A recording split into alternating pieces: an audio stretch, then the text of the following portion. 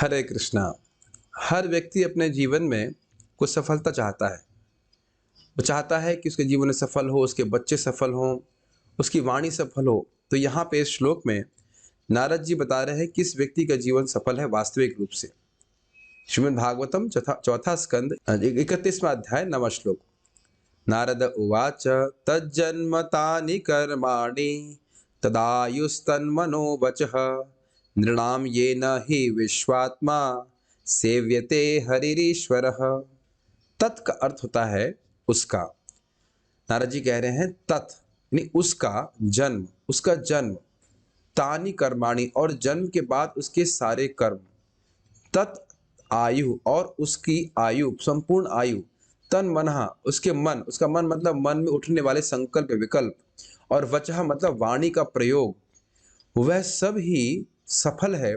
नृणाम अर्थात उस मनुष्य का। देखिए यहाँ पे मनुष्य की बात आ रही, मनुष्य की बात इसलिए आ रही है क्योंकि मनुष्य ही शास्त्र आज्ञा समझकर भागवत भगवत गीता पढ़ करके समझ सकते हैं कि इस प्रकार से उसको अपने जन्म कर्म आयु और मन और वाणी का प्रयोग करना है। तो कह रहे हैं ऐसा ही व्यक्ति महान है, सफल है, ये ना जिनके द्वारा अर्थात जन्म के द्वारा, कर्म के द्वारा, आयु के द्वारा, मन के द्वारा, वाणी के द्वारा वह विश्वात्मा अर्थात भगवान जो पूरे संपूर्ण विश्व की आत्मा है, परमात्मा है, उनकी सेव्यते उनकी सेवा करता है। समझ रहे हैं इसका अर्थ? अर्थ यह है कि चाहे उसका जन्म हो, चाहे उसके कर्म हो, चाहे उसके आयु हो या मन वाणी कुछ भी हो, अगर उसके द्वारा वह इंसान भगवान विश्वात्मा की सेवा, भगवान विश्वात्मा मतलब भगवान जो पूरे विश्व की आत्मा है, हरि कृष्ण, उनकी सेवा करता है तो निश्चित ही शब्द यहाँ पे अवधारणा के लिए है, निश्चितता के लिए कि निश्चित ही ऐसे व्यक्ति का जीवन सफल है।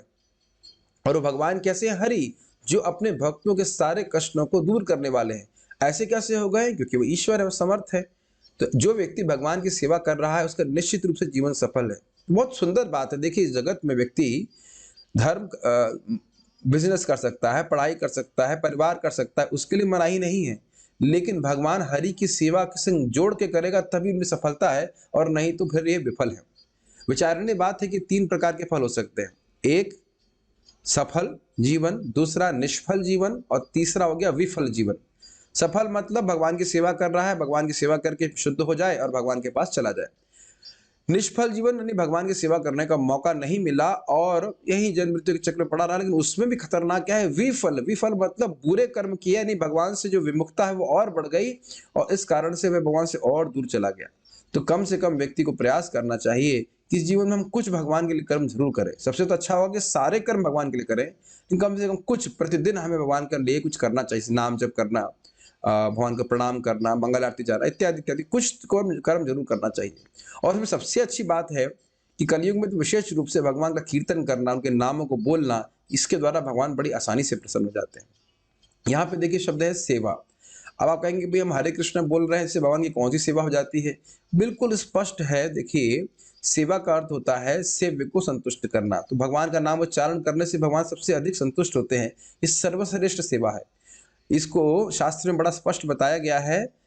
वांग मात्रेण पूजितम न तो बाह्य पूजादि अपेक्षकम। वाणी मात्र से, बोलने मात्र से भगवान की पूजन हो जाता है, इसमें बाह्य पूजा की अपेक्षा नहीं होती है। तो इसके द्वारा हमें निश्चित रूप से समझना चाहिए कि हरे कृष्ण मंत्र जब हम जब कर रहे हैं तो उसके हम भगवान की सेवा कर रहे हैं और इससे हमारा जीवन सफल होगा, निश्चित रूप से है, निश्चित रूप से होगा। सभी लोग उत्साह से भगवान का नाम जप करेंगे इस विश्वास के संग, नारद जी के आशीर्वाद के संग। हरे कृष्णा।